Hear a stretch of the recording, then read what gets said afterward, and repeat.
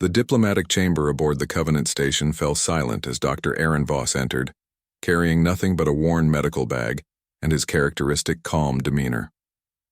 Around him, representatives from 17 species watched with expressions ranging from curiosity to outright disdain. The human veterinarian looked painfully ordinary among the assembled dignitaries, average height, graying hair, and clothes that had seen better days. "This is your solution?" Ambassador Krell's translator crackled with contempt.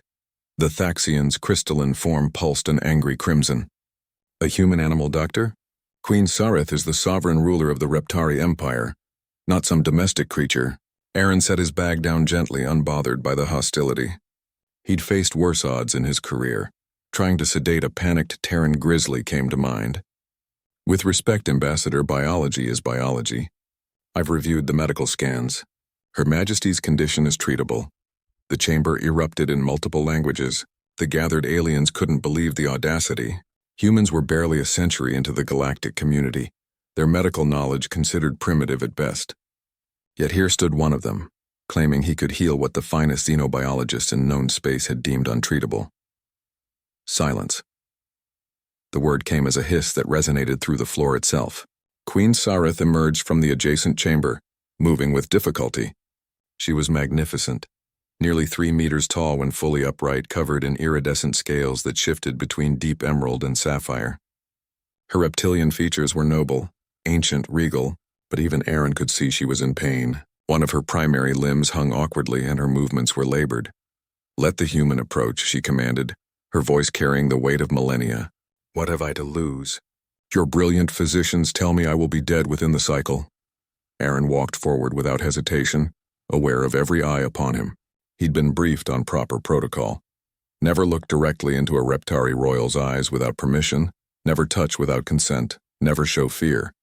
He stopped at a respectful distance and lowered his gaze. "Your Majesty, may I examine you?" Sareth's vertical pupils studied him for a long moment. Then, to everyone's shock, she lowered herself to his level. "You may, Dr. Voss, but know this: if you fail, if you cause me further pain, your species' reputation will suffer greatly." "Understood."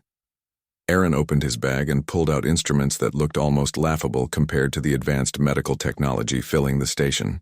A simple stethoscope, a handheld light, basic palpation tools. The other doctors had used quantum scanners, neural mappers, cellular regenerators, every sophisticated device available. All had failed to identify the problem.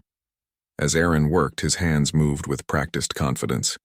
He listened to her breathing, examined the texture of her scales, felt along the musculature of her affected limb.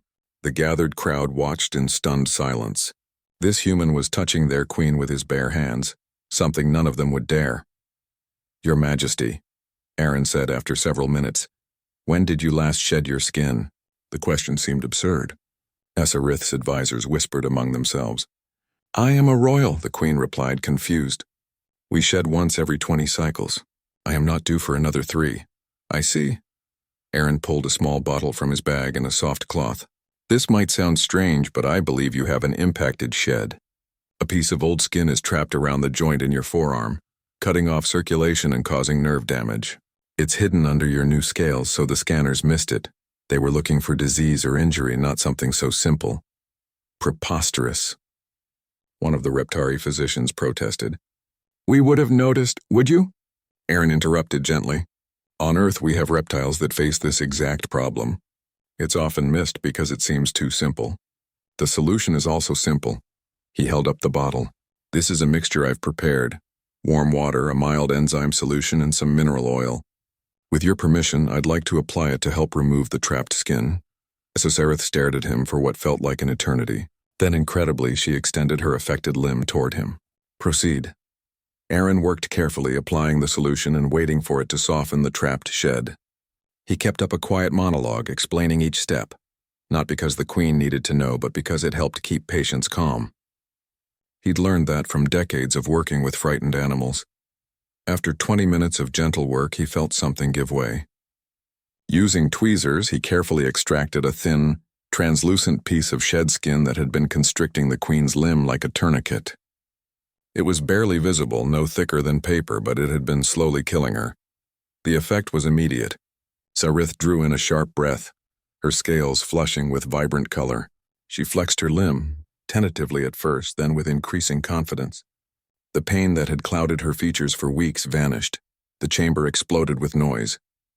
Disbelief, joy, anger at having missed something so obvious. Emotions crashed together in a cacophony of alien voices. Sarith rose to her full height, moving with a grace that had been absent before. She looked down at Aaron, who was calmly packing away his simple tools. "Dr. Aaron Voss," she said, her voice carrying absolute authority. "You have given me back my life with nothing but basic knowledge and gentle hands. The others brought their machines and their arrogance. You brought wisdom. I just applied what I knew, Your Majesty. Sometimes the simplest answer is the right one." What happened next would become legend throughout the galaxy. Queen Sarith lowered her great head and touched her forehead to Aaron's, the highest honor a Reptari could bestow, reserved for clutchmates and the most valued advisors. The gathered diplomats gasped. Some of the Reptari present actually fainted. "The Reptari Empire owes humanity a debt," Sarith declared. "From this day forward, humans will have free passage through all our territories. Dr. Voss, you will have a place of honor at my court for as long as you live. And to all who dismiss this foolish human vet, learn this lesson well. Humans may be young to the stars, but they possess something many ancient species have forgotten: humility and the wisdom to see what truly matters." As Aaron left the chamber, his ordinary medical bag slung over his shoulder, he couldn't help but smile. He'd have quite a story to tell the folks. Back at the animal clinic on Earth, they'd never believed that treating an alien queen was really no different than helping old Mrs. Patterson's iguana. But then again, that's what made humans special. They saw connections where others saw only differences, and sometimes that made all the difference in the galaxy.